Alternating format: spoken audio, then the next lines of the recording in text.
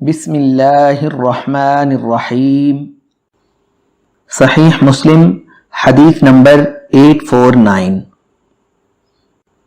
کتاب نماز کے احکام و مسائل، باب اذان سننے والے کے لیے اسی طرح کہنا چاہیے جس طرح مؤذن نے کہا، اور پھر نبی صلی اللہ علیہ وسلم پر درود بھیج کر آپ صلی اللہ علیہ وسلم کے لیے وسیلہ کی دعا کرنے کا استحباب۔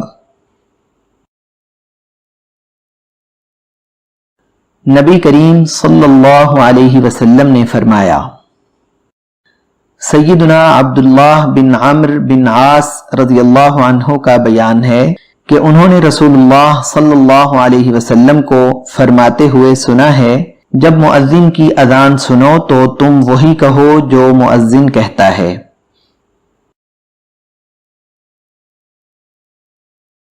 پھر مجھ پر درود پڑھو، کیونکہ جو کوئی مجھ پر ایک مرتبہ درود پڑھتا ہے تو اللہ تعالی اس پر اپنی 10 رحمتیں نازل فرماتا ہے۔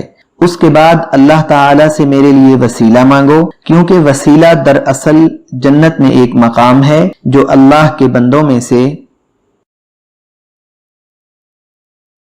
ایک بندہ کو دیا جائے گا، اور مجھے امید ہے کہ وہ بندہ میں ہی ہوں گا، اور جو کوئی میرے لیے وسیلہ مقام محمود طلب کرے گا اس کے لیے میری شفاعت واجب ہو جائے گی۔